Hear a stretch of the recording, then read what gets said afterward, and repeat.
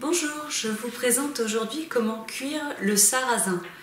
C'est une recette que j'ai découverte récemment. Jusqu'ici, je n'osais pas faire cuire le sarrasin et le manger comme accompagnement.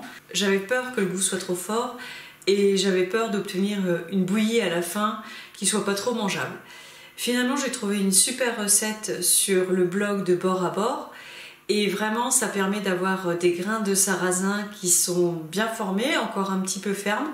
Et ça ressemble vraiment à ces gros grains de semoule israélienne. Je ne sais pas si vous connaissez ça. Donc ça peut par exemple faire un très bon accompagnement à la place de pâtes ou de riz. Et on peut aussi l'utiliser par exemple pour faire du taboulé. Alors, pour préparer ce sarrasin, on va prendre une mesure. Donc moi j'ai sorti une tasse qui fait 240 ml. Je vais la remplir de sarrasin. C'est parfait. On a exactement la bonne quantité. Ce sarrasin, je le mets dans une passoire et je vais le passer sous un filet d'eau pour le rincer. Je le mets à égoutter et pendant ce temps-là, je prépare une casserole dans laquelle je mets une demi-cuillère à café de sel et 1,5 mesure d'eau.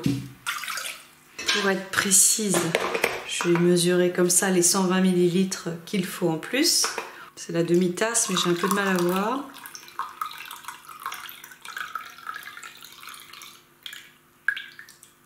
Voilà. Je vais mettre ma casserole sur le feu, portée à ébullition.